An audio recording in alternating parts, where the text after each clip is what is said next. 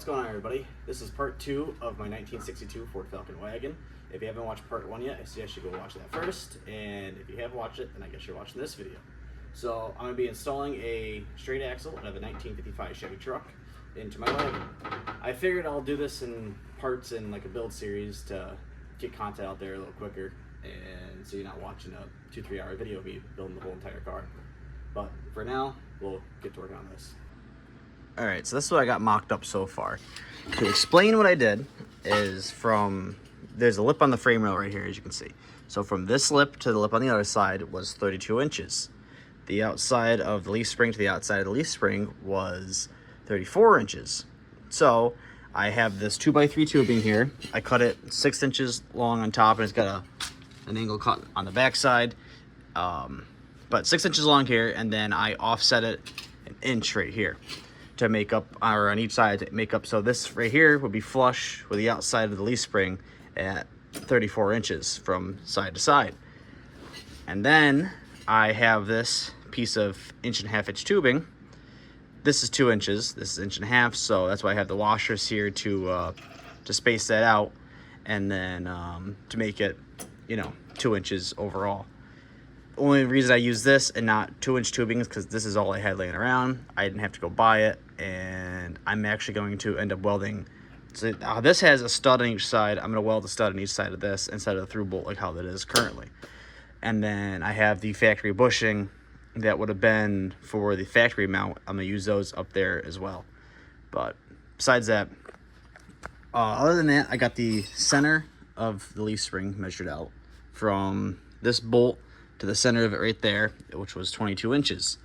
If I measure from the center of the card over here, I get 22 inches at this bolt. So as you can see, I offset it. It's offset 1.5 inches back. So when there is a load on the front, that bottom is going to swing out and be right about that 22 inches. The reason I know it moves that much is because I had weight on the car already, and I figured it all out, that way. So at the end of the day, this wheel will sit center into that wheel well. Now, if it's a little forward, that's fine, because a lot of these gassers, usually the front axles were altered forward to allow clearance for the headers to go out the back. My headers I will have plenty of clearance no matter what, so it doesn't really matter too much. But as long as I match this front on that side together, they'll be the same. So I got the other side piece mocked up, so it'll go on the frame rail like this, and obviously the bolt will go through there, and it'll mount under here just like that. And then the front of this leaf spring can bolt up to this, and once this is under here like this, I'm going to put a bar between the two of them to tie them all together. I might use this, I might use something else, I'm not too sure. But yeah, I'll put a bar from this one all the way up to this one to tie it all in, weld it to radiator support. It'll be welded all the way around to the frame, so it shouldn't go anywhere whatsoever. So that's about as far as I got right now. For the back of the leaf springs, I haven't started on that yet, but I would like to use the factory mount off the that came with this axle. So this is a straight axle out of a 1955 Chevy pickup, and I pulled it out of the frame I had, and I still have the factory bracket for back there. The front bracket was not going to work whatsoever, so that's why I'm making my own. But the rear bracket, I should be able to cut another piece of this stuff, and it should pretty much bolt right to the side of it, I believe. So that's what I'm going to try to do for back there, so I don't have to make too many things. But I'm gonna get this lined up in here, get it welded in, or just tacked in for now, and then we can start on the rear. So before I move to the rear, I figured I should put something in here just to stiffen it up a little bit before I go mess with anything else. I found this piece of angle I had back, and I cut a notch out to fit over the front tube, kind of just like that. I'm not gonna fully weld it in right now. I'm just gonna tack it, and then I'll cut it back out later so I can fully weld these, then go back to this. But I figured this is, you know, just for now to, you know, I don't know. Yeah.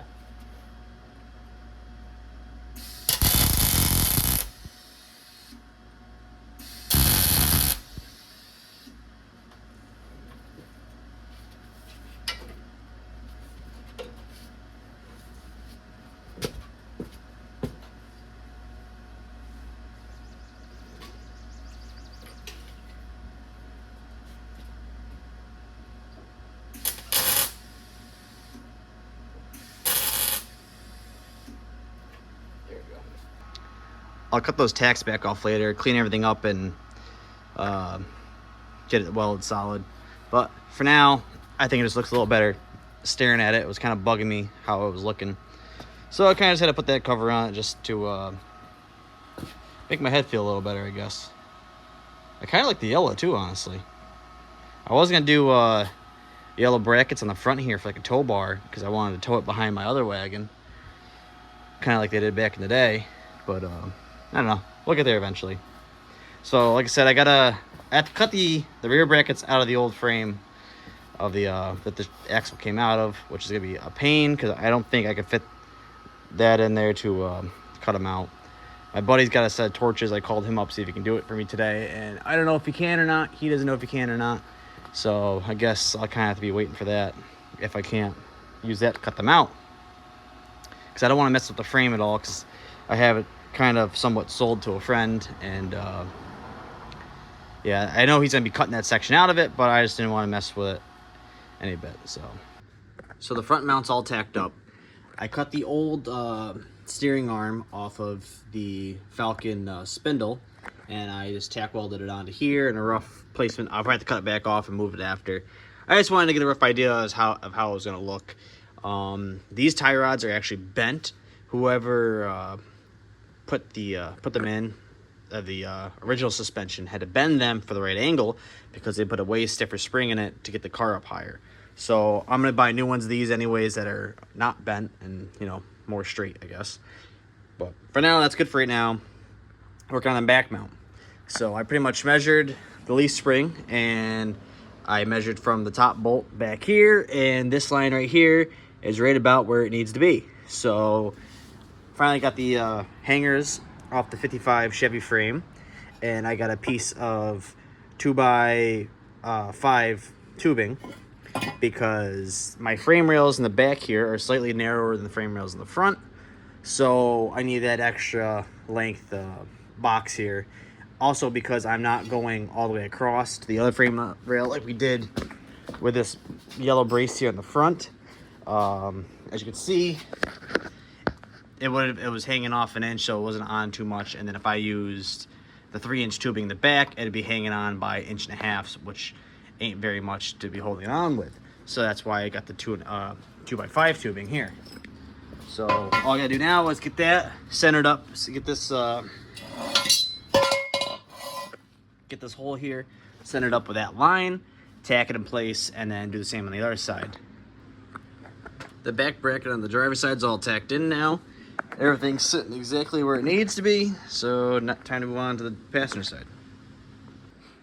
So the straight axle's all bolted in now. Everything's tacked up. Nothing's finished being welded yet. I actually just ran out of welding gas when I put my last tack on, so that was actually kind of worked out pretty perfect. But here she is. Wheel sits pretty good in the wheel well, almost exactly where I wanted it, so that kind of works. Obviously it sticks out a lot because these wheels have a big dish to them, but these are the oh, give me a second here. These are the skinnies I'm going to be putting on it, and I just set this wheel onto the spindle. Obviously the studs were pushing it out because this is 5-lug, that's 6-lug, but even with the studs pushing it out that about inch or so, it was still flush with the fender here. So once it actually is able to bolt on, it should sit in just a little bit or still just be flush, which is perfectly fine. So it'll work out completely fine. Like I said, I got the steering tacked in there. I don't want to really go cranking on it until I get it more welded on than what it is now, because I actually did snap it once, but they were pretty weak tacks. I gotta turn the welder up to really buzz them in. This side looks like it's in or out a little more. That's just because this fender's caved in pretty good. I gotta get another fender, straighten that out a bit. But now there she is. Really wasn't much to it. Like I said, I gotta just measure pretty much. So I still need to order the 5-lug disc brake conversion to bolt these wheels onto it. That probably won't be in this video. That'll probably be in the next video on this car. It's gonna be multiple parts.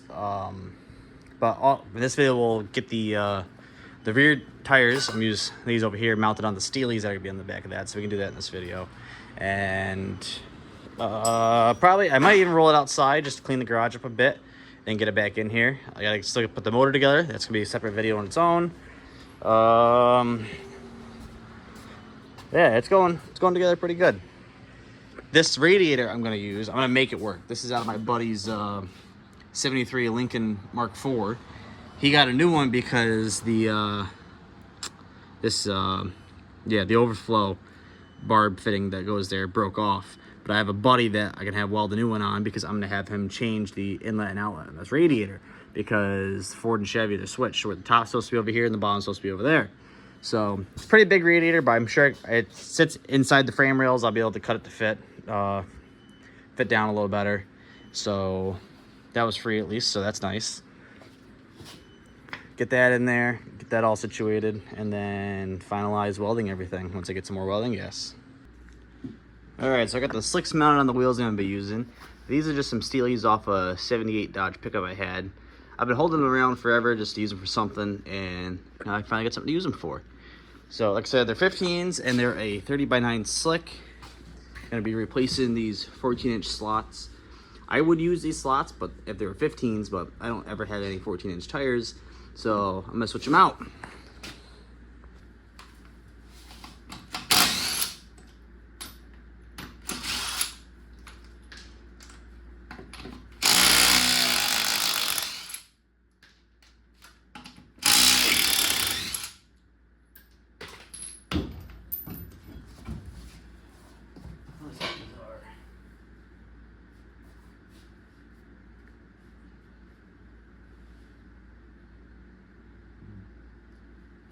Doesn't say the brand on them. Let's try to figure out what kind of wheels they are.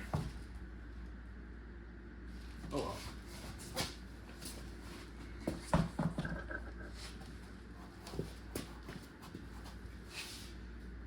So I don't know if I stated this before. This car has a 8-inch Ford rear, and the leaf springs are out of something different because there's a different style hanger in the back here they put in later on, and it's got slapper bars, air shocks.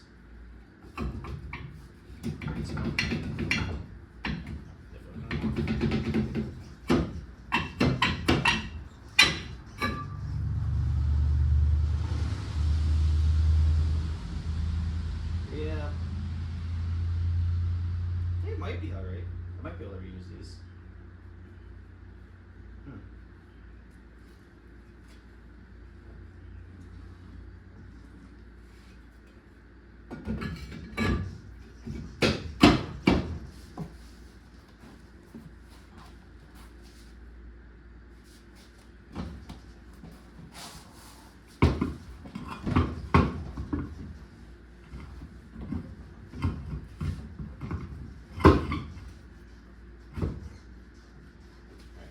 I gotta find some lug nuts for that.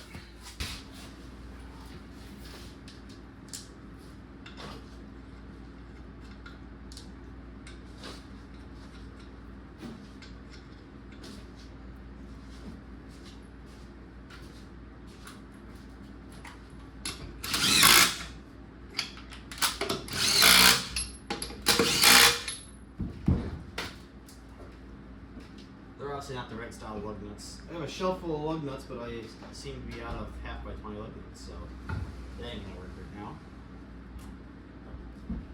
I think it fits in there pretty good. Obviously it's got air shock so I can lift the body up so it doesn't rub. This is the jick under the rear end, so that's fully compressed pretty much on how it would be sitting on the ground. I'll get the other side switched over, then I'll lower it down. I guess then see how it looks. Both sides are on now. Lower it down, see how it looks.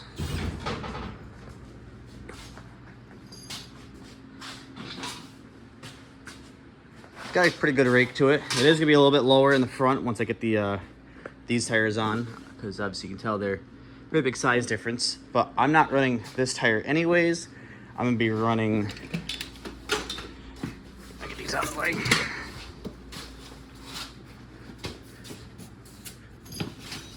Be running these, which are actually even shorter, just by a little bit. So these Mickey Thompson tires are going on the front with these 15x4 Corvette rallies. So it'll be lower in the front than it is currently, which kind of stinks because I like the height of it. And then the back end, I'll probably put some air in those shocks, get that up a little bit. Unless it doesn't rub. If it doesn't rub, I'll leave it the way it is. We'll see. But no, I think they look pretty good.